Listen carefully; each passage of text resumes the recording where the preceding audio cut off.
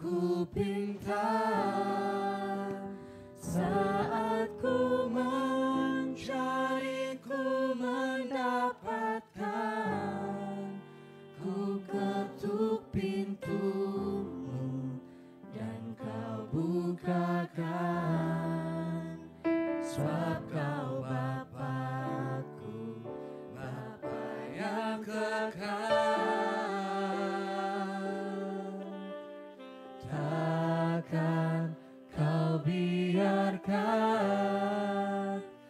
aku melangkah hanya sendirian.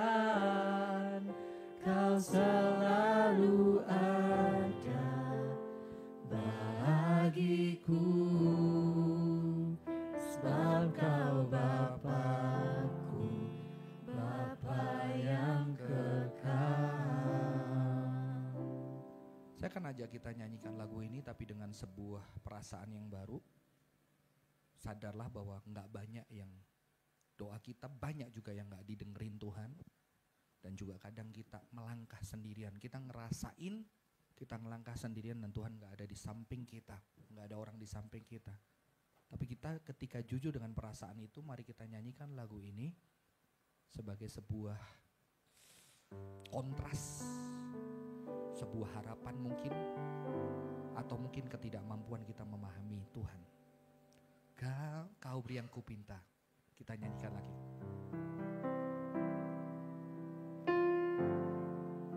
Refnya aja. Kau beri yang kupinta, saat ku mencari, ku mendapatkan. Ku ketuk pintumu dan kau bukakan, sebab kau Bapa-Ku, Bapa yang kekal. Takkan kau biarkan aku melangkah hanya sendirian. Kau selalu ada bagiku, sebab kau Bapa-Ku, Bapa yang kekal. Tuhan, ketika kami menyanyikan lagu ini, di tengah ketika kami jujur dalam kehidupan kami, banyak doa-doa yang tidak kau dengar, banyak doa-doa yang tidak kau jawab, juga banyak perasaan-perasaan kami merasa diri sendiri, kami sendirian, tidak ada Engkau di dalam perjalanan itu, sehingga kami berteriak, Tuhan tolong hadir dalam masalah kami, kehidupan kami. Ketika menyanyikan lagu ini, hati kami terkoyak, dan kami belajar mempercayai ada cinta yang sungguh kekal. Tapi kami juga manusia yang terbatas di dalam keadaan kami yang kami kadang tidak bisa memahami. Kami hanya bisa menyanyikan di dalam sebuah pengharapan. Mungkin kadang juga menghibur diri kami supaya kami bisa menjalani hidup kami. Tapi entah apapun itu segala gejolak kami, kalaupun lagu ini hanya menjadi sebuah impian, penghiburan untuk menutupi segala kekecewaan kami, tapi kami menaikkan dengan segala keterbatasan kami. Sebagai manusia yang terbatas memahami kehidupan, sebagai manusia yang terbatas berusaha memahami kasih Bapa. Dan hari ini kembali Bapa, kami buka diri kami, biarlah Engkau boleh berbicara melalui firman-Mu, melalui hamba yang sudah siapin, boleh jadi berkat buat setiap jemaat Tuhan. Biarlah Tuhan kembali berbicara kepada setiap kami. Di dalam nama Tuhan Yesus Kristus kami berdoa. Amin. Silakan duduk teman-teman. Shalom.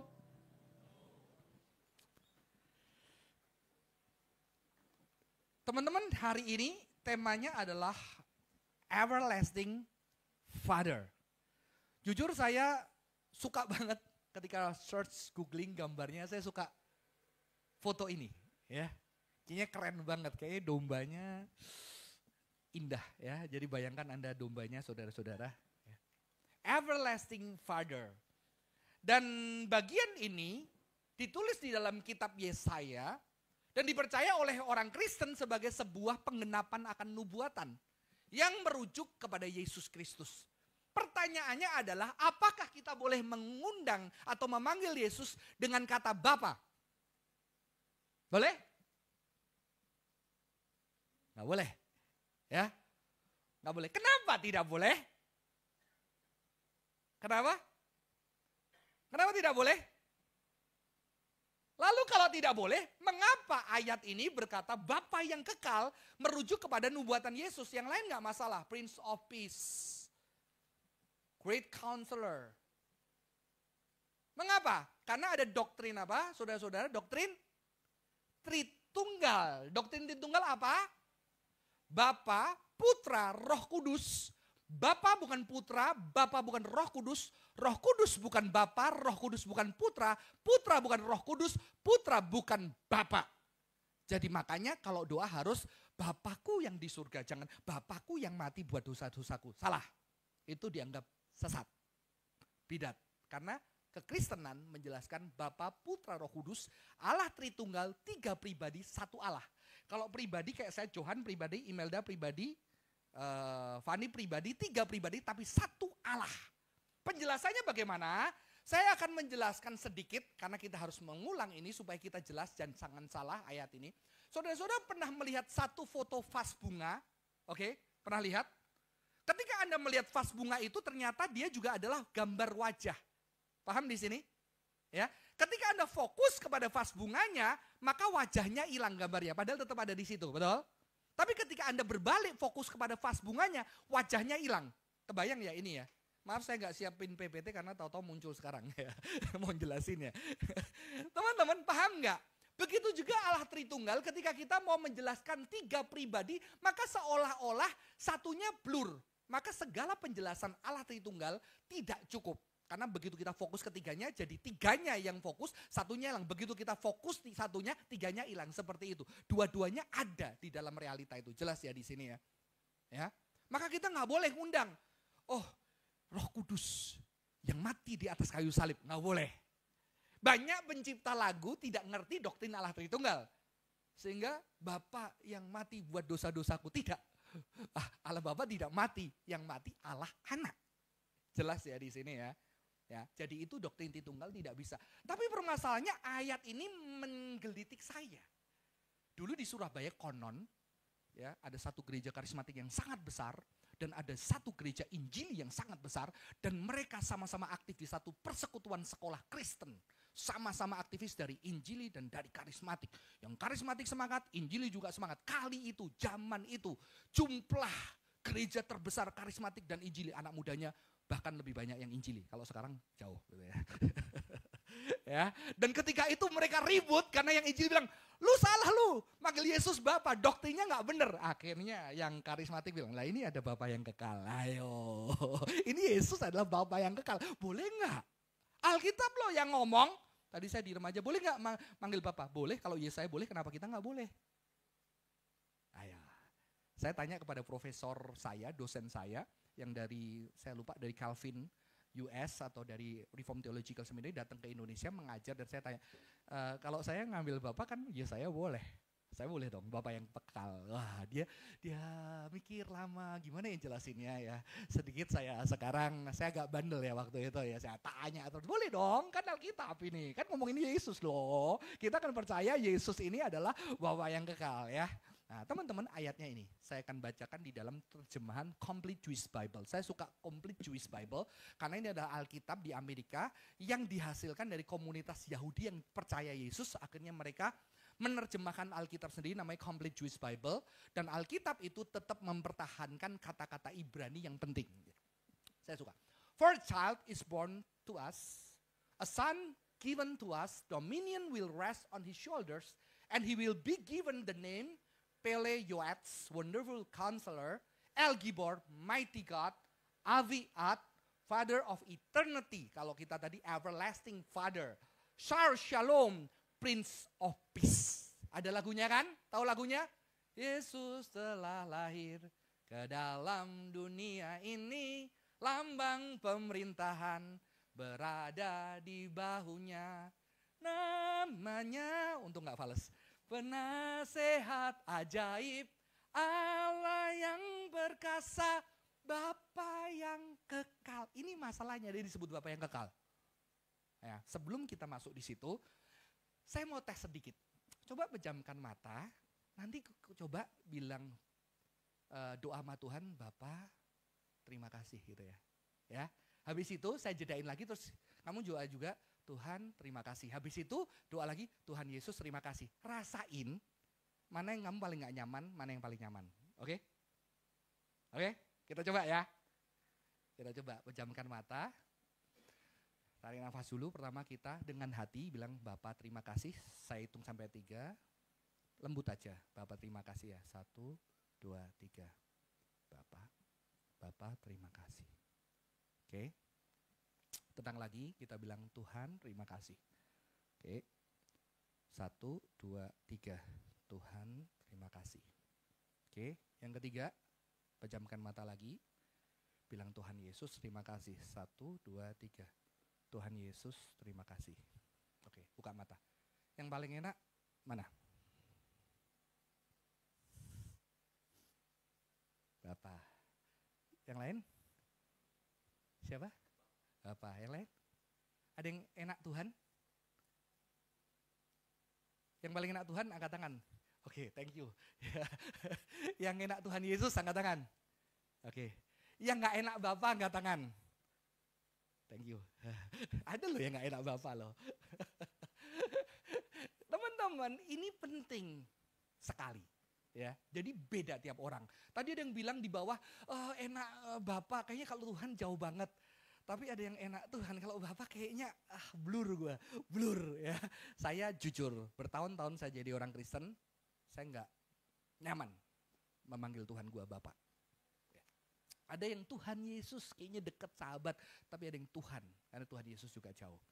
Beberapa tahun lalu, ketika saya aktif di dalam gerakan karismatik, ya, saya tahun 98, saya dari tradisi Salvation Army, Bala Keselamatan, lalu saya punya guru kungfu, percaya Tuhan tapi agnostik, ya, dia ajarin saya baca berbagai kitab, Tao Te Ching, I Ching, ya.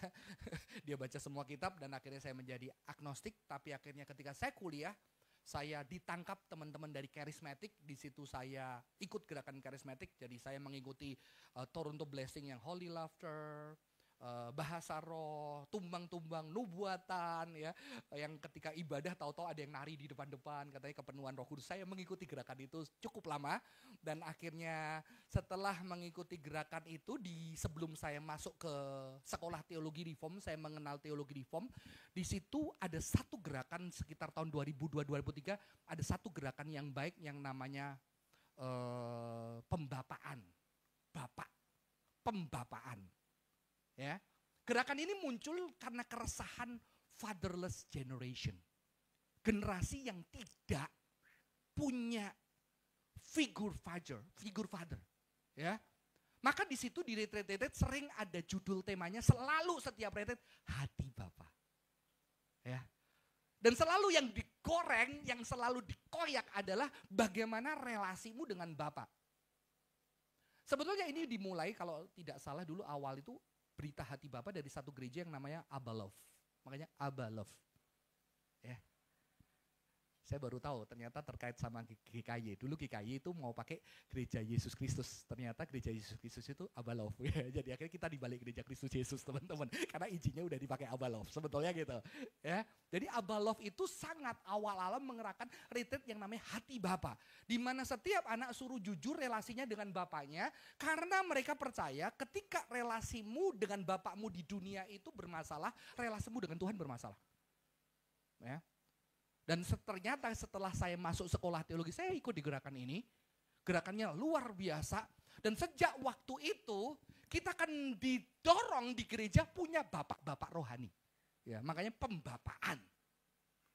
Dan relasi di waktu itu keren banget karena kita bisa dimentor. Waktu itu saya gabung satu gerakan yang namanya House Church Movement. Gereja rumah. Kalau Frankie Jombing generasi tanpa tembok, itu masuk satu golongan.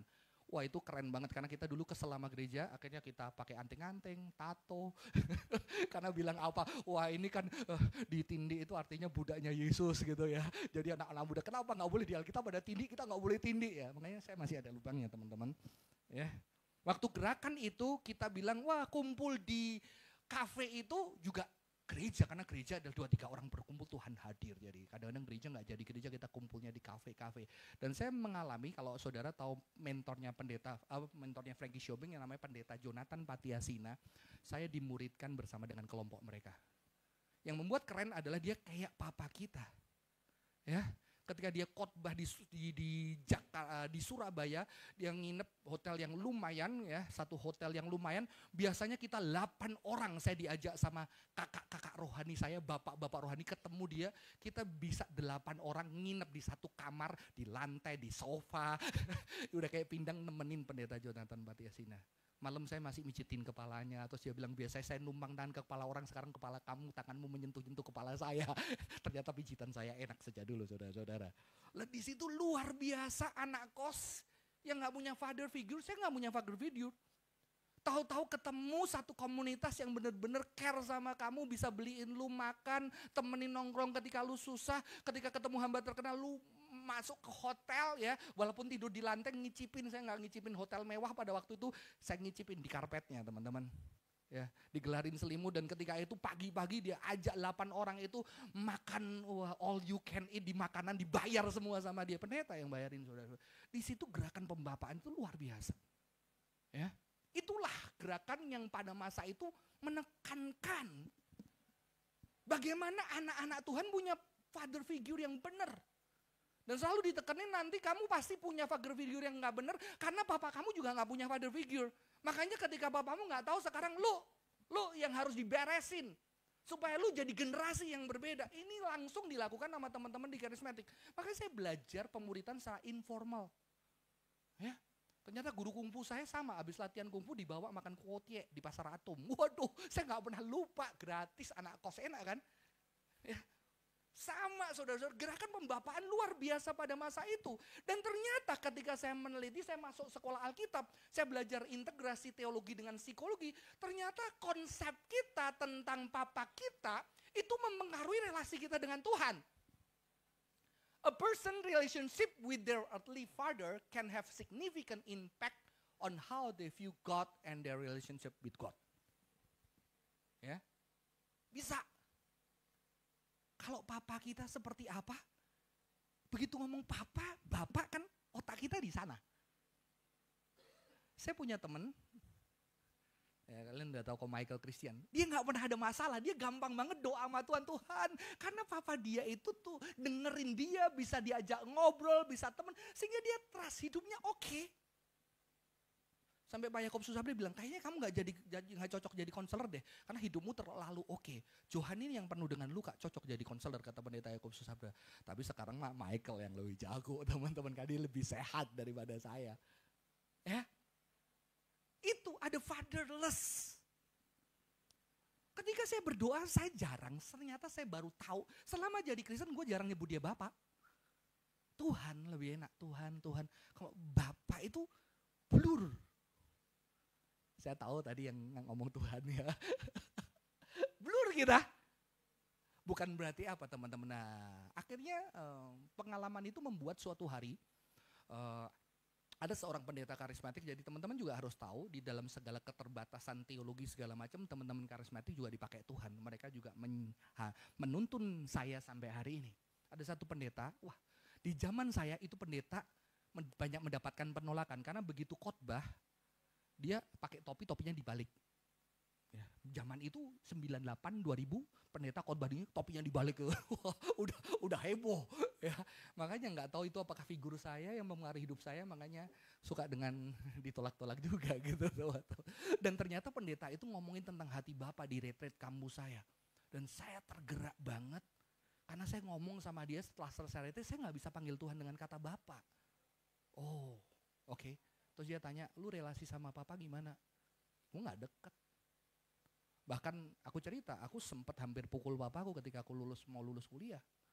Bagiku papaku bukan figur yang oke buat aku. Aku lebih lihat mamaku.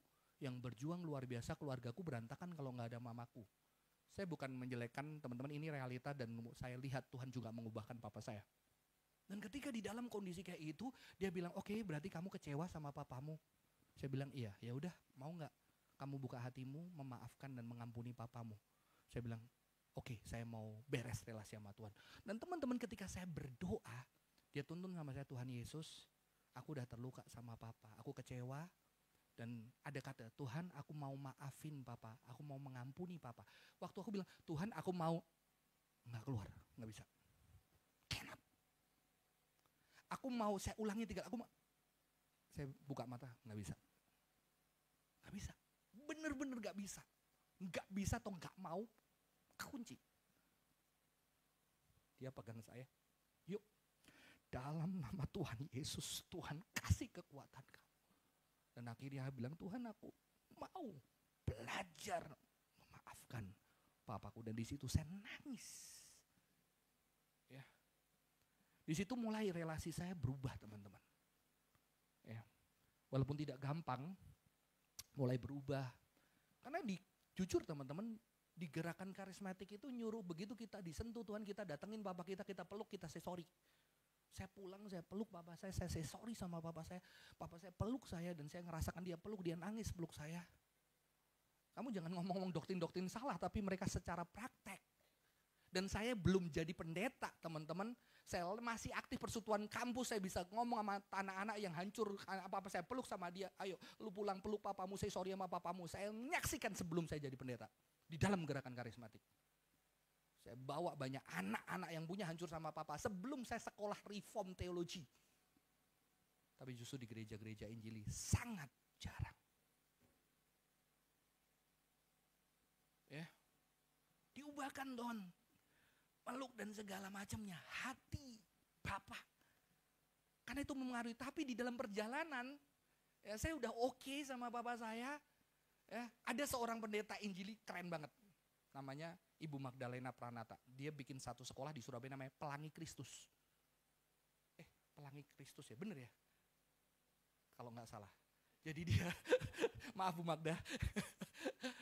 Ini keren banget, karena dulu konsepnya gini, orang tua harus di seminar, pasutri, parenting, supaya apa? Supaya bisa anaknya diubahkan karena kamu. Tapi Bu Magda itu visioner, dia bilang, kenapa harus orang tua yang mengubahkan? Kita didik anak-anak mereka sejak SD, sejak TK, kenal Tuhan, dan biarlah mereka mengubahkan hati orang tuanya. Waduh, ini orang Injili.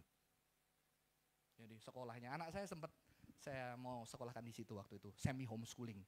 Cuma karena gurunya juga orang tuanya suruh ikut ngajar, jadi saya nggak mau waktu itu. Suruh ikut ngajar anaknya, orang saya nggak mau, nggak jadi teman-teman. Semua sekolah harus bersumbangsi, bahkan engkongnya anak-anak ikut ngajar di sekolahnya, keren banget sekolahnya di Surabaya, Pelangi Kristus. Ya, visioner. Ya. Orang yang mengubahkan, tapi ternyata teman-teman di dalam perjalanan iman saya sudah belajar berdoa dengan kata Bapa. Sudah mulai nyaman. Tapi saya juga mengalami terjalnya. Karena udah biasa kalau papa saya minta nggak pernah dijawab. Jadi saya kalau dijanjiin nggak pernah datang. Jadi ketika sama Tuhan nggak gampang percaya dia akan dengar saya. Apalagi di dalam pengalaman hidup, ketika saya berdoa, suatu hari saya ikut aliran karismatik yang percaya mujizat Tuhan kan. Om saya lagi di ICU, saya lihat keluarganya kasihan, saya keluar dari rumah sakit, saya berlutut, Tuhan sembuhkan omku, kasihan anak-anaknya. Meninggal. Dan yang paling melukai adalah ketika saya udah pernah cerita, saya tergerak pulang ke Blora, singkat cerita Iyo masih kecil, kita belum punya keluar foto bagus dia sama neneknya. Saya telepon mama saya, aku pengen anak gua, Iyo nanti foto keluarga ya mah, ya, kita mau pulang hari itu. Ketika kita mau pulang, ada digerakkan Tuhan kayak pengen harus foto. Tapi ternyata di TA itu mobil mertua saya nabrak truk kalau nggak salah, radiatornya bocor, nggak bisa pulang, dan ketika nggak bisa pulang, besoknya jam 12 malam harusnya kalau bisa pulang nggak ditabrak truk, saya ketemu sama mama saya. Tapi 12 malam saya ditelepon papa saya, mama kamu di ICU. Saya langsung kaget, saya berlutut, Tuhan aku berdoa, belum selesai ditelepon lagi, mama udah meninggal. Sejak itu saya susah percaya. Saya sudah hamba Tuhan, saya berdoa buat orang, Tuhan lebih sayang orang lain daripada aku. Jadi pengalaman ini membuat susah. melihat Tuhan sebagai Bapa yang baik. Teman-teman, tidak heran relasi kita sama orang tua kita sangat berpengaruh.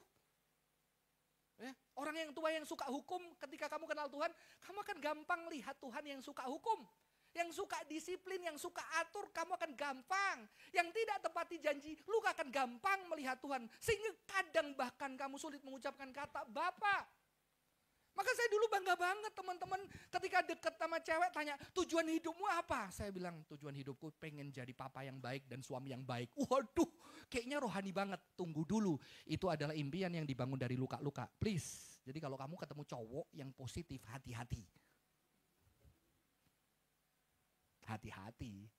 Wah, langsung mau sama saya. Salah dia ya. Saya juga gak tahu diri saya, kenapa kok kayaknya rohani banget. Teman-teman ini dibentuk. Dan ini sesuatu yang real ketika fatherless figure terjadi di Alkitab, ternyata juga terjadi fatherless. Ketika ayat ini ditulis ada fatherless. Reality di Alkitab. Ya.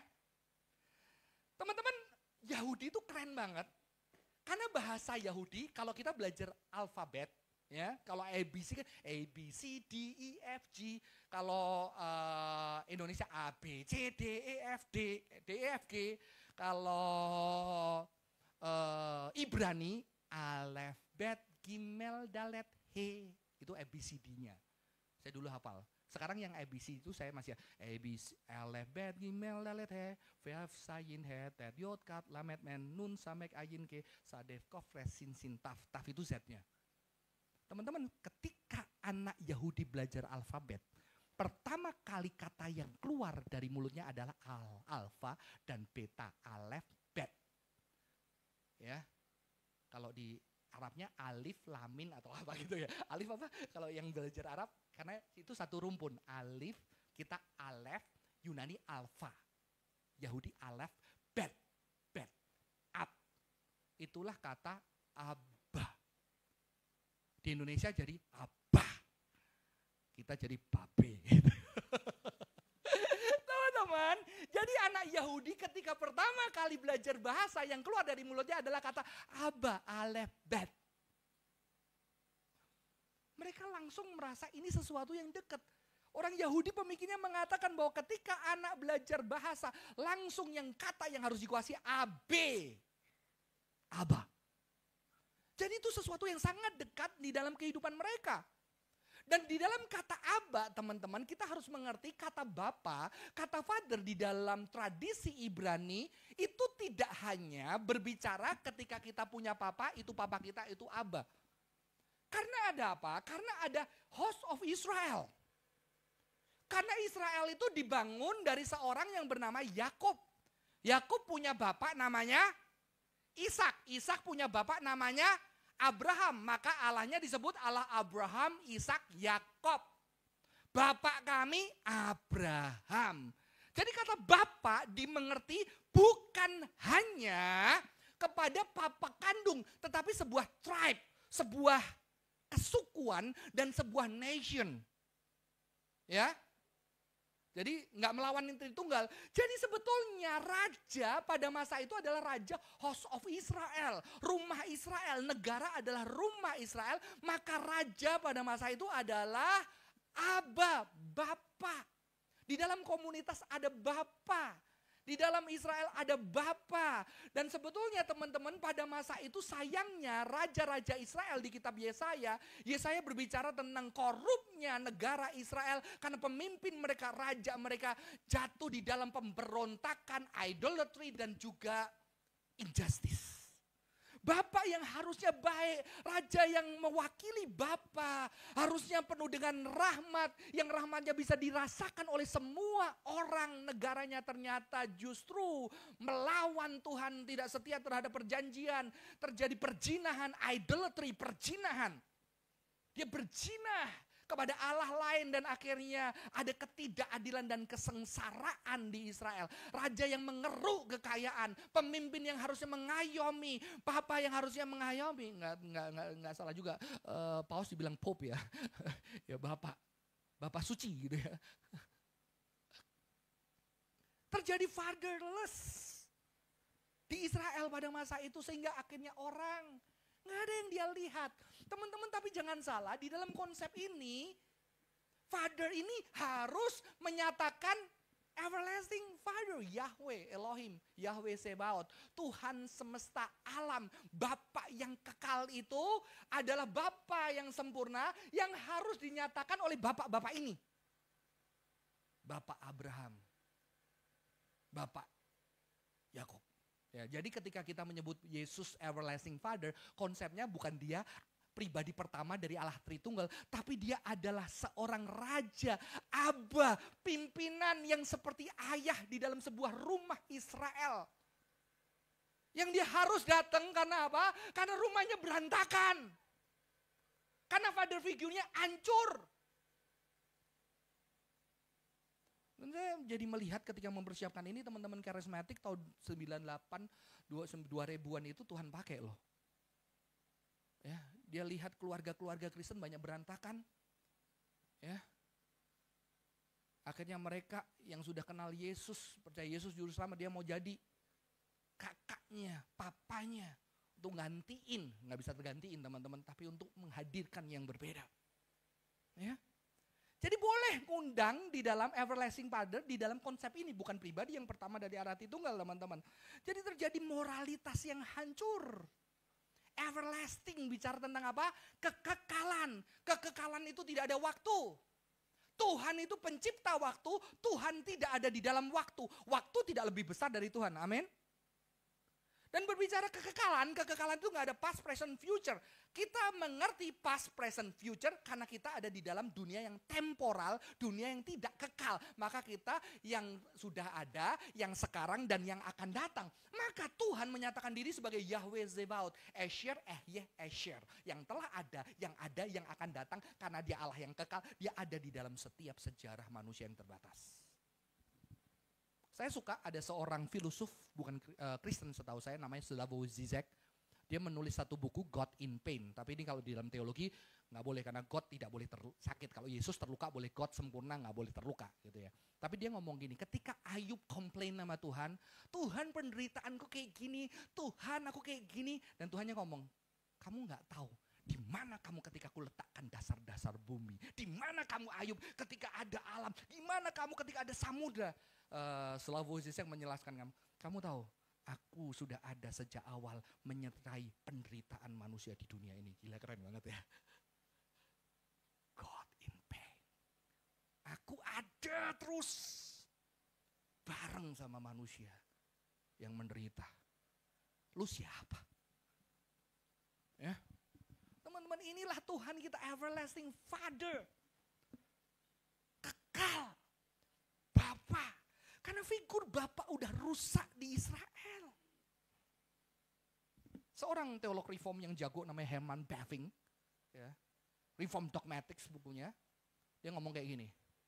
Jesus takes away our guilt and again opens the way to God's fatherly heart. Jadi sebetulnya ketika dikatakan bahwa everlasting Father, Tuhan itu datang untuk kita bisa terkoneksi dengan cinta Bapa. Maka Tuhan ngomong, kalau kamu siapa yang lihat aku, dia lihat Bapa. Karena orang-orang udah gak bisa ngerasain cinta Tuhan ketika lihat Bapak gua gini, ketika lihat negara ini kayak gini, Bapak bangsa itu kayak gini. Enggak kebetulan yang presiden disebut bapak bangsa ya. Gus Dur adalah bapak bangsa gitu kan ya. Itu dilihat teman-teman, itu cultural Eastern. Ya, kita juga ngomong Bapak Abraham, Bapak kita. Bapak Abraham mempunyai banyak sekali anak-anak, aku anaknya, engkau juga gitu kan. Semua bapak teman-teman. Dia ngomong apa? Ayat itu artinya adalah Yesus datang untuk sebagai raja, tapi dia Tuhan untuk menunjukkan cinta Bapa yang lebih nyata. Jadi ini berbicara fatherly love.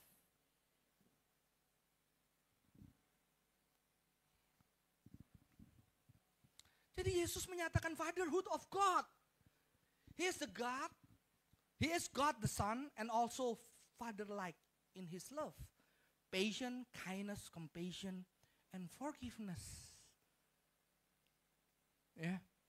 Tuhan mau nyatain itu supaya orang Israel ngerasain cinta Bapa melalui hadirnya Kristus, yaitu kesabaran, kebaikan, belas kasihan dan juga pengampunan. Dan saudara tahu ketika Yesaya seperti itu, apa yang terjadi di Israel ketika Yesus, ketika perjanjian baru sama para bapak-bapak Yahudi yang berkuasa, Raja Herodes, para penguasa Yahudi agama ternyata juga tidak mewujudkan kasih. Mereka memperkaya diri, membangun bait suci yang megah, sementara umat yang adalah anak mereka diperas. Minggu lalu kita lihat janda-janda yang harus dengan kebodohannya mungkin, tapi dengan ketulusan akhirnya uangnya habis di bait Allah yang dikuasai oleh bapak-bapak pengajar yang dipercayai firman Tuhan.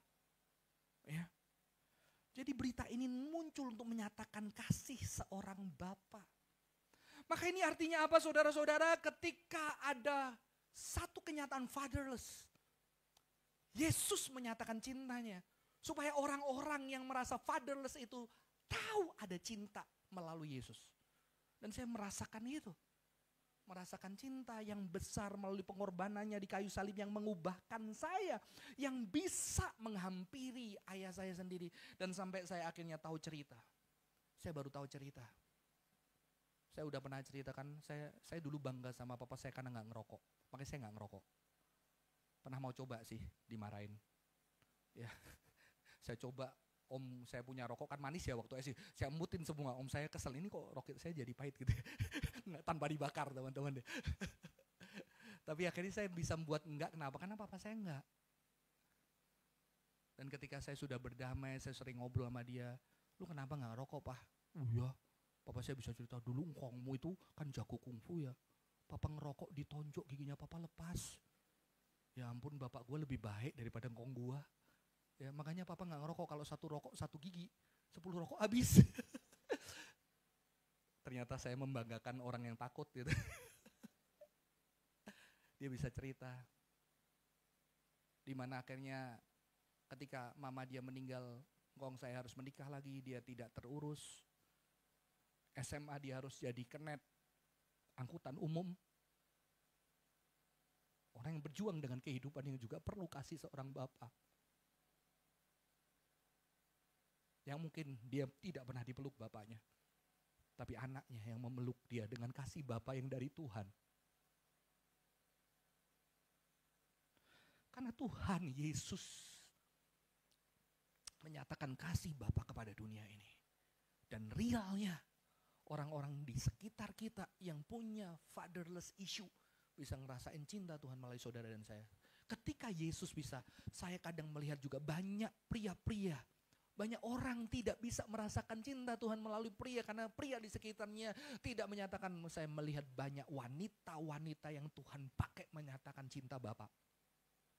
Saya orang yang mendapatkan berkat dari seorang wanita. Repot, saya ini kalau pakai teorinya gender gitu ya, gender saya feminin. Kenapa? Karena guru kungfu saya cewek. Paham? Guru kungfu saya yang mengajarin saya bela diri pertama kungfu cewek. Mengajari filsafat saya, guru yang sama cewek. Ngajarin saya naik sepeda, cewek. Bagian yang ngajarin saya berenang, dia juga cewek. Itu guru cewek saya, guru kungfu. Mama saya yang kuat di rumah, yang kerja, yang beresin utang, yang beresin masalah, mama lagi cewek. Ya kan? Saya punya pendeta cewek lagi, orang Batak. Pendeta yang saya kagumi namanya Risma Manurung, nggak nikah. Wah tapi di Cina Beteng situ, dia kelihat itu kasihan istri-istri gara-gara cowok-cowok judi itu, istrinya, anaknya sengsara, dia datengin tuh cowok waktu judi, diobrak-abrik sama dia. Pendeta saya gila, weh apa, lu judi ya bertobat, lari semua cowok-cowok ternyata takut sama pendeta cewek tuh. Saya belajar figur cewek semua. Ternyata saya melajari cinta Tuhan juga dari, jadi teman-teman father figure itu love. Dan love itu kadang ketika pria tidak ada, wanita-wanita itu bisa menyatakan cinta, kekuatan, ketegasan juga. Ya, itu yang Tuhan mau. Dan Yesus menyatakan itu teman-teman. Walaupun saya juga belajar dari pria, puji Tuhan saya belajar pria, jadi ada galak-galaknya dikit. Dulu saya kurang galak, karena papa saya nggak galak teman-teman. Teman-teman, saya akan cepat. Everlasting Father artinya apa? He remind us that The everlasting Father not only rules his people with authority and injustice, but watch over them in love, heals them, comforts them. Jadi berbicara Tuhan itu sebagai ayah, dia memerintah bukan hanya dengan kuasa dan keadilan, tetapi juga dengan cinta menyembuhkan mereka dan menghibur mereka. Maka tidak heran kalau kita lihat film The Chosen, Tuhan Yesus itu digambarkan begitu hangatnya, begitu sayangnya sama anak-anak sayang. Anak-anak bisa dibikinin mainan, main sama anak-anak. Dia bapak yang bisa main sama anak-anak. Dia sama murid-murid begitu penuh dengan kasih sayang di dalam film The Chosen. Kamu gak perlu nonton film itu. Ya. Inilah yang Tuhan mau. Jadi konsep everlasting Father itu adalah konsep untuk menyatakan cinta Bapa yang kekal itu di dalam Kristus. Dan Kristus boleh dilihat sebagai Bapa yang kekal di dalam konsep dia adalah pemimpin, dia raja yang menyatakan cinta pribadi pertama dari Allah Tritunggal. Ya. Saya akan akhiri dengan sebuah kesimpulan teman-teman. Everlasting Father. Jesus is the embodiment of God's fatherhood. Ya. Yesus adalah kemenubuhan dari cinta Allah. Yang kedua, Jesus embody God's fatherly love. Yesus menubuhkan cinta Allah itu. Karena dia embodiment cinta Allah itu, dia menubuhkan sehingga cinta Allah itu, cinta Bapa itu bisa dirasakan oleh orang-orang di sekitarnya. Maka satu ayat yang keren banget, ini ayat yang menjadi dasar juga teologi embodiment mengatakan apa? For in him dwell all the fullness of the Godhead bodily. Di dalam Kristus segala kepenuhan Allah Bapa tinggal secara nyata. Ya. Implikasi apa dari khotbah saya hari ini teman-teman? Fatherless sampai hari ini. Banyak kehilangan father. Padahal sebetulnya harusnya pemimpin gereja, pemimpin agama, pemimpin kerohanian, bapak pemimpin kerohanian rumah itu harusnya menyatakan cinta Tuhan. Tapi tidak sempurna, ada bapak-bapak yang gagal. Saudara, di dalam gerakan yang tadi fatherhood banyak yang terberkati. Tapi juga saya menemukan banyak masalah. Karena ternyata juga ada abuse of power, orang-orang yang mengaca, kakak-kakak rohani yang mengatakan aku bapak rohanimu, ternyata juga melecehkan anak-anak yang gak punya figur father. Ketika sayang sama dia apa-apa tanya dia, tahu-tahu oh kamu apa, dipijetin pelan-pelan habis itu diraba-raba. Terjadi saudara-saudara, sehingga dia syok karena dia bingung, gak mungkin dia kan cinta aku, sayang aku, kenapa dia melakukan itu? Oh mungkin dia jatuh dalam dosa. Banyak terjadi, bahkan ada yang dihamili, ditidurin. Ini juga sesuatu yang jahat. Saudara-saudara, ada yang terberkati. Ada yang luar biasa, tapi juga ada kehancuran. Dan itu adalah lebih fatherless lagi. Karena apa? Karena gak punya ayah, tahu-tahu di gereja ada orang pendeta yang bisa menghadirkan ayah, setelah itu dilecehkan. Begitu hancurnya kehidupan sehingga beberapa anak juga takut lagi dengan yang namanya gereja, pendeta, bahkan kakak rohani, kerohanian. Karena itu menjadi sesuatu yang melukai lebih lagi. Ya, panggilan kita adalah teman-teman, mungkin sekarang gak usah pembapaan lah ya. Menyatakan cinta Kristus aja. Karena kalau pembapaan kan bahayanya ada figur otoritas, kata teman-teman. Seolah-olah berotoritas akan sesuatu. Nah, saya suka mungkin Pastor Jason bilang, persahabatan, sahabat aja. Kalau sahabat kan lu gak menguasai sahabatmu gitu ya. Karena Yesus adalah sahabat. Dia menceritakan kisah Bapa, hanya Yesus yang bisa menyatakan cinta Bapa, tapi kita menyatakan cinta persahabatan. Supaya orang dipulihkan dan bisa merasakan cinta Tuhan, yaitu Bapa kita, teman-teman. Semoga kita, saudara dan saya, di keluarga yang mau jadi papa ya, yang bentar lagi lahir, yang udah jadi papa, anak kita bisa merasakan cinta Bapa yang lebih daripada cinta kita. Teman kita yang gak punya Bapa yang oke bisa merasakan cinta Bapa yang juga melalui kita yang terbatas, yang mungkin kita juga tidak pernah merasakan itu. Semoga ini bisa menjadi beban kita di dalam komunitas kita, di dalam keluarga kita. Bahkan kadang mungkin nanti pembantu kita yang juga punya gak father, ketika Anda menjadi tuannya, dia merasakan rasa kasih sayang Tuhan melalui Anda. Itulah panggilan kita. Ya. Saudara-saudara, saya akan akhiri dengan satu kesaksian saya. Saya punya figur semua dari perempuan yang lembut, walaupun ada satu pastor pendeta yang cewek yang begitu kuat karena dia orang Batak, ya. Dia kuat banget. Saya tidak punya figur cowok. Jadi ketika saya mengalami menjadi Kristen, akhirnya apalagi saya mempelajari teologi waktu itu harus mengasihi, harus memaafkan, berdamai, nggak boleh ribut dan segala macamnya, betul ya. Dan kelihatannya baik dan saya bilang oke. Tapi ternyata saya juga kehilangan satu figur bahwa Tuhan itu adalah Tuhan yang penuh dengan dignity. Tuhan yang penuh dengan keadilan. Tuhan yang penuh dengan wibawa dan otoritas. Ternyata saya baru sadar itu sesuatu yang penting. Sesuatu yang penting yang saya tidak punya. Karena papa saya tidak di luar, tidak tipe yang berani mau konflik sama orang, jadi ya udah ngalah dibawa pergi. Nah, kalau ini kan teologi yang salah kan, oh ya udah mengasihi, biarlah dia nanti Tuhan yang hukum atau gimana, yang pokoknya kita mengasihi. Akhirnya saya tidak menjadi pribadi yang berani berdiri untuk sesuatu yang benar atau salah.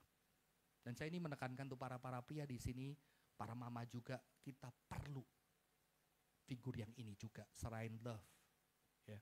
Tapi puji Tuhan saya mendapatkan peran itu dan saya tidak akan pernah lupa seumur hidup. Peran itu adalah ketika saya punya kakak rohani yang sangat tegas, yang sangat keras, beda banget sama papa saya. Dia tegas, memutuskan, determine gitu. Ya. Suatu hari anak saya sama anaknya dia bersahabat, kecil, mereka masih TK waktu itu main di playgroundnya Ace Hardware. Ya. Ketika main di playground kan tahu-tahu ada anak Cina gitu ya, sama-sama Cina sih, yang lebih gede, ada SD agak gede badannya cowok, ini anak dua cewek, tahu-tahu anaknya kakak rohani saya itu lagi pakai kayak topi ini loh, topi yang Belanda yang yang cap nona gitu ya, ditarik dijambak rambutnya sampai gini. Kakak rohani saya ngelihat, oh ada orang tuanya, dan orang tuanya lihat pura-pura nggak tahu. Orang tua yang cowok ini. Lalu kakak rohani saya ke sana dengan tegas, dengan lembut dia bilang sama anak cowok ini, kamu lebih gede, ini adik-adik lebih kecil kamu nggak boleh kayak gitu. Kamu itu nggak sopan kalau begitu ya, paham ya? Gitu. Bapaknya baru naik, saudara-saudara. Bapaknya maju, kamu ngapain anakku? Wah, ini pendeta loh. Kakak rohani saya, apa kamu? Waduh. Saya kan Kristen, waduh ini kalau tahu jemaat gimana ini?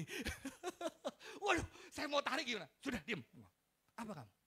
Ya kamu ngapain anakku? Anakmu sedang melakukan yang tidak tanggung jawab dan saya melihat kamu tadi lihat dan kamu diam aja. Saya ajar anak kamu dan saya ngajar dengan benar dan tidak dengan kasar. Kamu yang harusnya ngajar. Sekarang kamu apa? Untung orangnya gak berani maju, saudara-saudara. Habis itu dia bilang, digendong anaknya, ayo kita pergi. Digendong dengan gagah. Terus dia bilang sama saya, kamu seorang bapak harus berani ketika anakmu mengalami ketidakadilan. Jangan disuruh gonggong ya saudara-saudara. Ya, karena itu sudah ketidakadilan karena orang tua, anak lebih gede, kamu harus menyatakan yang benar di dalam kasih. Karena anakmu perlu melihat kamu berdiri buat dia. Di dalam kebenaran kasih, kalau yang suruh gonggong kan gak kasih itu ya. Wah, teman-teman, saya gak bakal lupa itu. Saya gak bakal lupa. Akhirnya tiba saatnya praktek. Wah, suatu hari Iyo itu baik ya. Ketika dia naik lift, dia tahu AI sedang buru-buru, dia pencet terbuka supaya AI-nya gak kejepit. Dia buka, AI-nya masuk, ternyata AI itu langsung meledak karena lihat tombol-tombol itu banyak dipencet, angka-angka anak tangganya. Dan dia langsung semprot anak. Anak saya yang bukan mencet, anak saya membuka tapi anak sebelumnya mencet semua itu. Kamu ya, mencet sembarangan gitu. Saya langsung bilang, AI, anak saya, Cina lagi dia. Sama-sama. AI, anak saya membukakan AI supaya AI gak kejepit. Yang mencet itu anak sebelumnya. AI-nya gak minta maaf. Dasar. Tapi saya lihat anak saya. Thank you Pak. Saudara-saudara, kita perlu belajar kelembutan, ketegasan. Yesus itu tegas banget. Ya, berani banget. Yesus bilang tampar kanan, pipi kanan, kasih pipi kiri. Ketika Yesus ditampar pipi kanannya, dikasih pipi kirinya enggak? Ketika Yesus ditampar, dia ngomong sama yang tampar, kenapa kau tampar aku? Katakan salahku apa? Ya, nanti ayat itu dibahas yang lain. Itu ada maksudnya. Jadi jangan sembarangan ngalah-ngalah. Kekristenan juga berani memperjuangkan keadilan. Di dalam komunitas ketika tidak beres, pemimpin, kelompok, kakak-kakak rohani berani berdiri dengan tegas, dengan kasih, dengan keadilan. Berdiri menyatakan cinta seorang papa di sana. Amin. Saya akan ajak kita belajar lagu yang dimunculkan ketika gerakan-gerakan fatherless ini muncul. Lagu ini diciptakan nama Frankie Sihombing. Ya, lagu lama teman-teman. Saya minta singer boleh membantu saya menyanyikan lagu ini.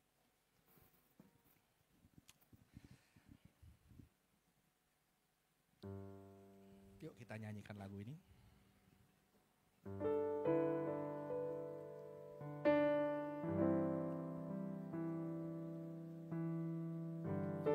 Alkitab menjelaskan di Mazmur ada ayat, sekalipun ayahku dan ibuku meninggalkan aku, namun Tuhan mendekapku erat.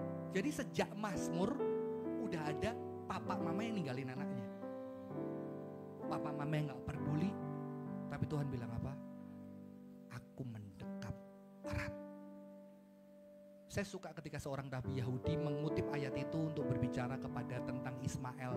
Ketika Ismail disuruh pergi sama Abraham, dan ketika Ismail sendirian mau mati, Rabi Yahudi itu menuliskan ayat itu, ketika ayah dan ibuku, karena ibunya adalah Sarah, Abraham ayahnya meninggalkan aku, Tuhan mendekap aku dengan erat. Lagu ini hasil dari ayat itu. Mari kita pujikan bersama.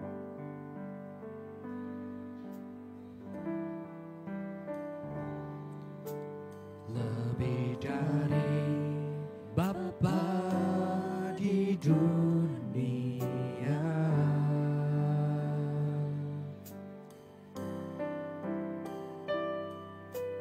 Kau menjaga hidupku ya Allah.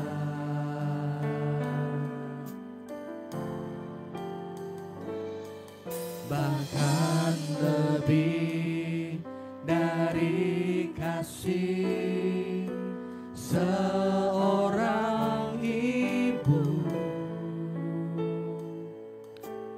Engkau selalu menyambutku. Lebih dari yang dunia tawarkan, lebih dari yang dunia tawarkan.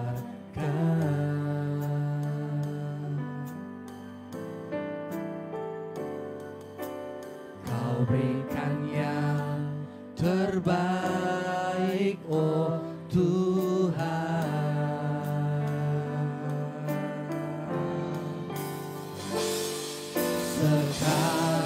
Sekalipun tak seorang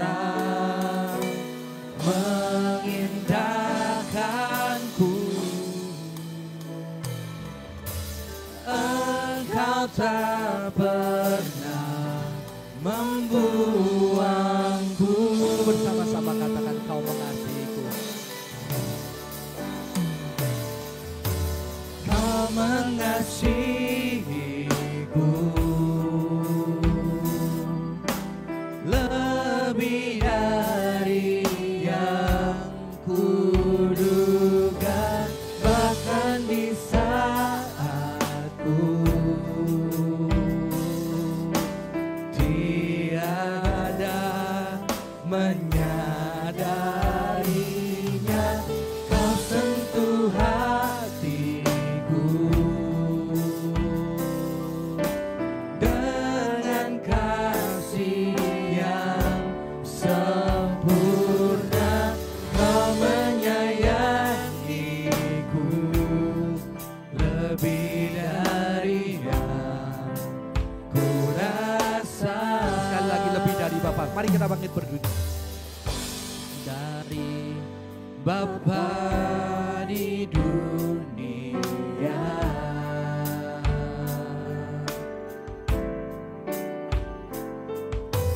Kau menjaga hidup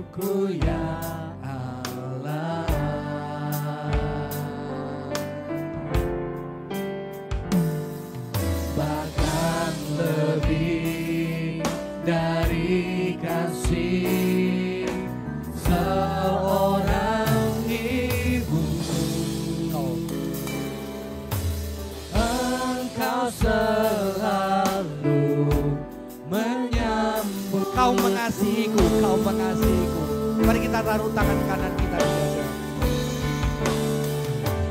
Kau mengasihiku lebih dari yang kuduga, bahkan di saat ku tiada menyadarinya, kau sentuh hatiku dengan kasih yang sempurna. Kau menyayangiku lebih dari yang ku rasa. Kau mengasihiku bersama-sama. Kau mengasihiku lebih dari yang kuduga, bahkan di saat ku tiada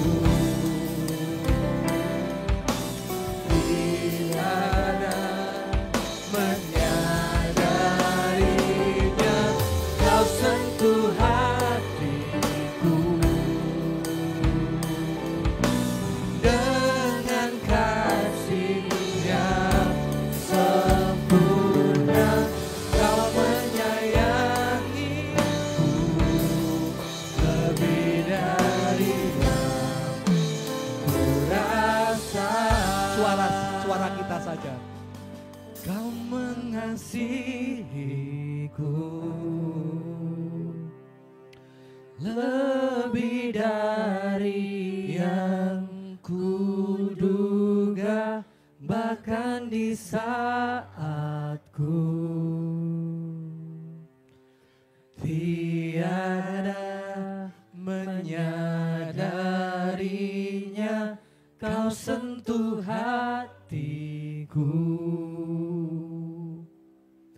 dengan kasih yang sempurna. Kau menyayangiku lebih dari yang ku rasa. Mari kita tenangkan hati kita. Musik biar memainkan lagu ini. Buat yang punya papa yang sudah mengasihi dan kau merasakan cinta Tuhan buat papamu, bersyukur. Terima kasih Tuhan.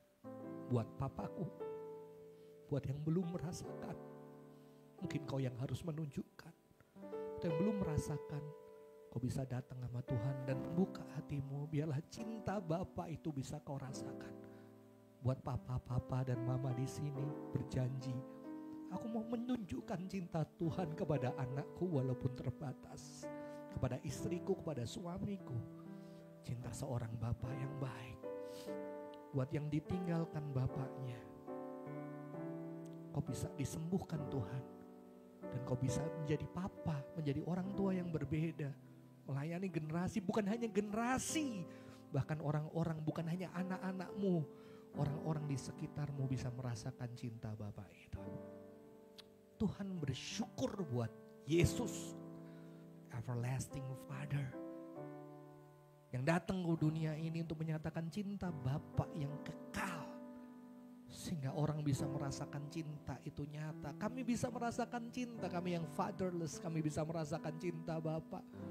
Kami yang punya Bapa yang baik, kami bersyukur juga Tuhan. Dan biarlah kami boleh menyatakan cinta itu di dalam keterbatasan kami kepada orang-orang di sekitar kami. Kami yang berkeluarga kepada anak-anak kami, kepada orang tua kami bisa menyatakan itu. Berkati kami Tuhan. Buat keluarga-keluarga yang sudah terpecah, biarlah tetap cinta Bapa itu melampaui keterpecahan keluarga. Tetap nyata di tengah kehancuran. Mempersatukan, memperdamaikan dengan Bapa yang baik. Bersyukur buat hari ini, bersyukur juga buat orang-orang yang sudah menunjukkan cinta buat kami, bukan keluarga kami, teman kami, pemimpin rohani kami, kakak rohani kami sudah menunjukkan cinta kepada kami, sahabat kami. Bersyukur buat mereka dan kami akan mau jadi orang-orang yang sama Tuhan. Terima kasih Tuhan buat hari ini, di dalam nama Tuhan Yesus Kristus kami bersyukur.